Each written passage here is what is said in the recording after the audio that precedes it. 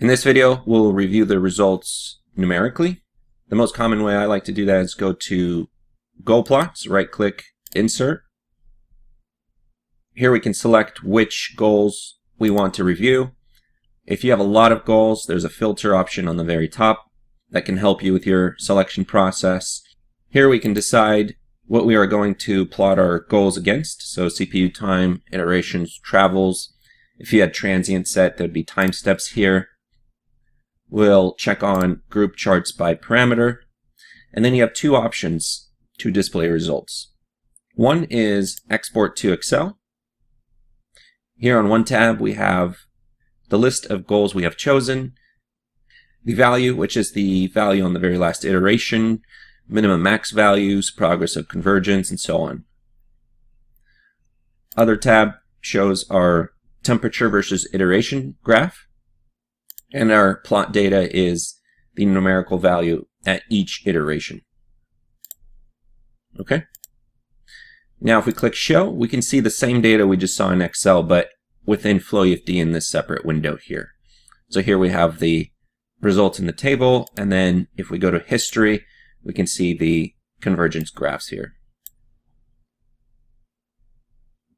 Okay, now there's also a third option. If we OK these, and if we right-click here and hit show, that data is also shown here, built into the graphical area here. If we right-click, you can hit display and change that to summary to see the numerical results here as well.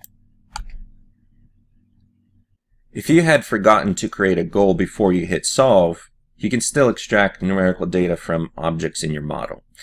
These parameters can help you do that. So for example, if we right-click on volume parameter, hit insert, we can select which components we want to pull results from. In this case, let's say I want to select all the packages in the model. As we saw before, we can go into our input data, select the material that has that geometry assigned, or go to the Creo tree and select it. But I want to show you another cool feature here. So if we select use all components and then filter by domain, we can then decide whether to remove or keep any components with the materials we select here. So for example, if I want to keep all the packages, I can select the typical plastic package, which is what I have the packages assigned to, hit keep. And now that will select all the components in my model. This is a very useful feature when you have hundreds of objects in your model. I'll select temperature solid and click show. Now using volume parameters rather than goals, we don't have the option to see the convergence graphs, but the numerical results are here. And then you can also export to Excel. And it's also displayed here on the graphical area where you can show or hide it here. Another numerical / graphical way of processing your results is called Flux plots. So let's take a look at that. We'll insert that. You can select which components to use. In this case, I'll just say all components. Hit OK. You have the option of filtering by power. So I'll just set that to a minimum of 1 watt. And you can group objects here too. So let me just, for the sake of this demo, group the PCBs separately here. And for what we want to display, I'll check off the volume sources nodes. I'll leave the radiation, computational domain nodes, and fluid nodes. Let me update this.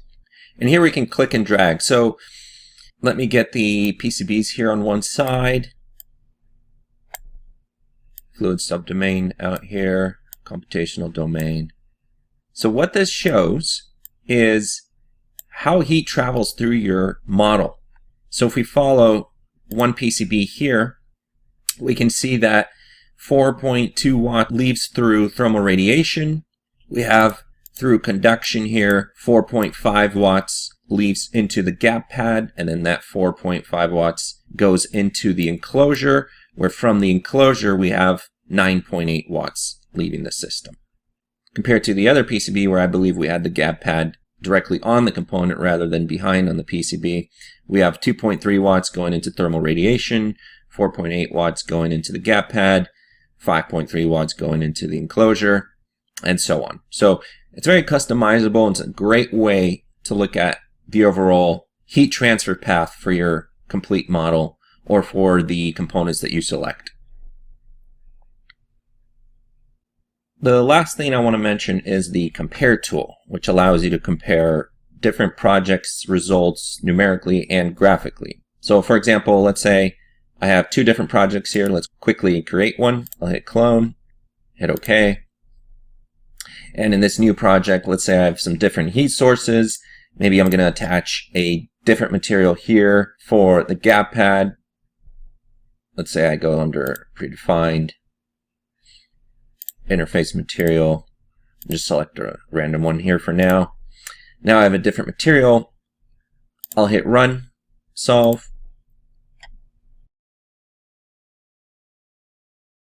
Now that the model is solved, we can go under results and compare. Here we can select what we want to compare each project with. So for example, our cut plot, our gold plot. Select which projects we want to compare with. Hit compare.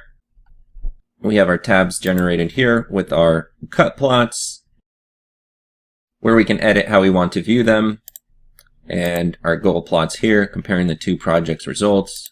We're looking at the history convergence graphs.